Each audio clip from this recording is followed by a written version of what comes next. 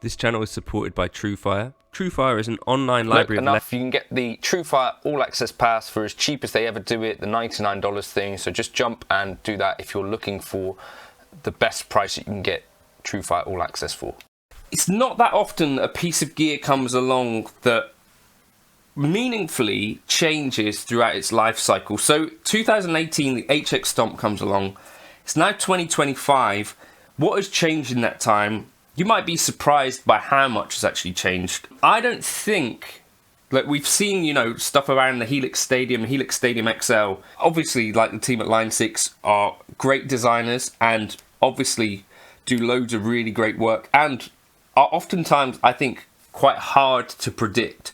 So I'm hoping that this is wrong, but I don't see how Line 6 would necessarily be able to ever top what has actually been achieved with the HX Stomp in terms of value for money, delivering a piece of gear that meaningfully gets better over time, that the consumer really gets like an absolutely much better experience in 2025 than they did if they bought it in 2018, and all for a reasonable price. In this intro now, I'm going to be using the Grammatico GSG 100 amp, which was interesting for a few reasons. So this was based on John Grammatico's real life Grammatico GST 100 amp. He's based in Nashville, and he painstakingly built a recreation of Robin Ford's Dumble amplifier, and then Line 6 bought one of those off of him to make their model based on.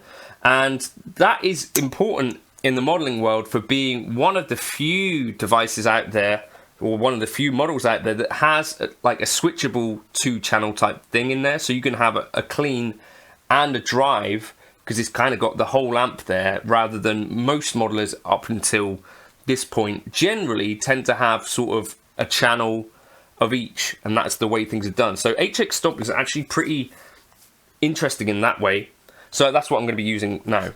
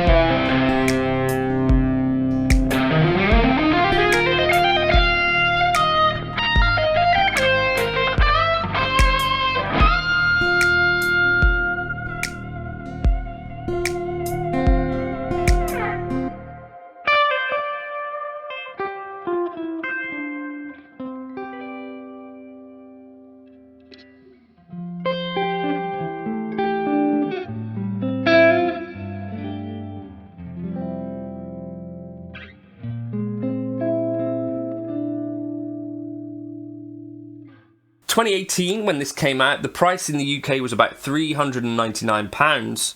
And what's crazy about that is it's like less than half, maybe like a third of the price of the flagship, which brave, and I hope it worked out for them. I mean, for me, the HX Stomp has been what I'd use way more often than the Helix, and I think actually it might be the piece of gear that would suit most people a little bit better. What has actually got better over time? So at launch there was like just over 40 amp models. There's now 112, so that's more than doubled the amount of amp models in here. And as we kind of know, the amp modeling over time, that team have kind of got better at it. The team has grown slightly as well, I think. And yeah, to the point where, you know, the most recent updates, things like the Fender Super Reverb, the Bogner Ecstasy, the Grammatico GSG 100, I think people really do find those are great amp models. What else has changed over time is that, as well as the amp modeling kind of improving, the behind the scenes engines have actually improved as well. So oversampling and aliasing has actually got better. Cliff from Fractal will confirm this. He kind of does comparisons of, you know, all of the various modelers when there's new bits and pieces that have come along. And Helix is, interestingly enough, has improved over time, and they've told us why. They basically did a core engine upgrade, which increased their oversampling, which means that you get less aliasing. If you're not aware of what aliasing is or the effects of it, essentially over time, it will probably fatigue you and your ears. And that's kind of one of the things with digital drive and stuff like that. Things bounce back down off the Nyquist level and then essentially will fatigue you. And there are other devices out there like Quad Cortex or some of the Universal Audio stuff, or, you know, NAM even, that have worse aliasing performance than Helix and of course Fractal. So I think Helix is basically second best in class for that sort of stuff. So Fractal, Helix, I think the other thing is the Atomic Amplifier, if they're still making those. But real, actual, meaningful, a cool thing for me has been the cab engine. So I used to use IRs quite a lot. I used to use the Ownhammer. There was an entire free pack from Ownhammer, actually, very generous of them. The Mesa Boogie Cali 4x12. And I found one specific IR in there that I used to use for basically everything. And, you know, even like on an Eric clean preset.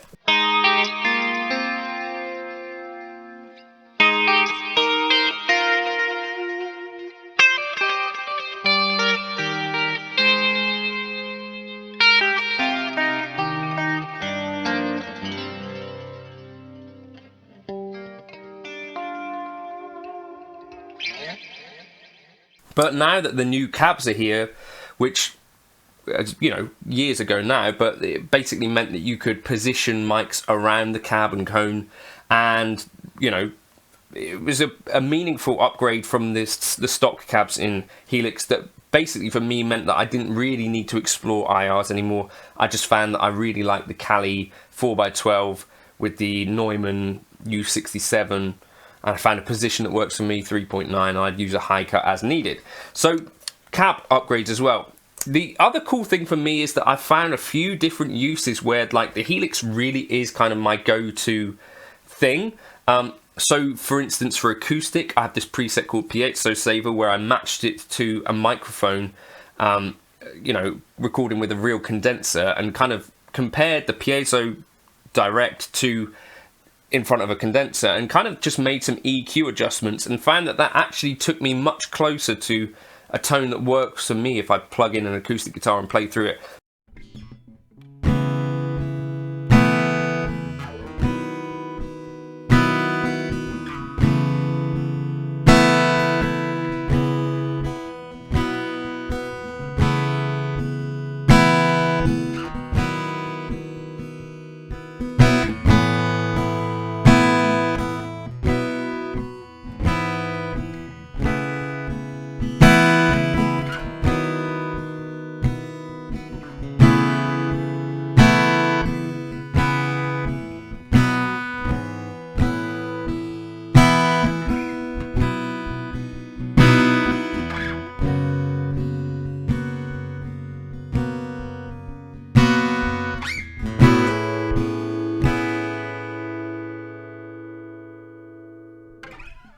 I use that all the time now if I'm on a duo at a wedding.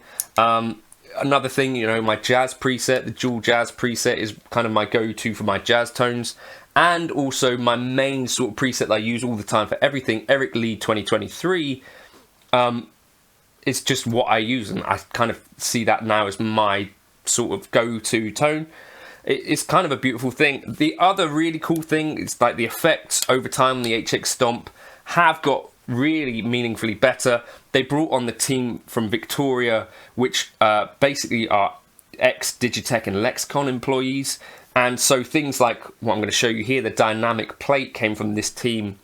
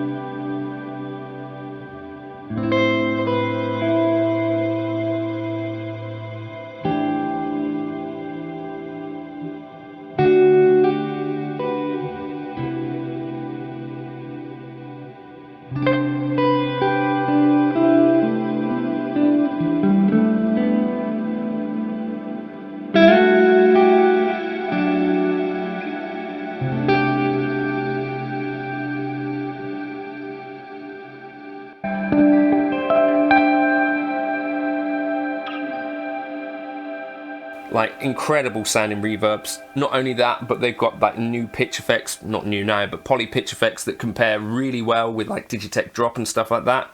So really great effects for a unit that cost £400, and you know, to have actually got like more than double the amps. I think way better effects in there now as well.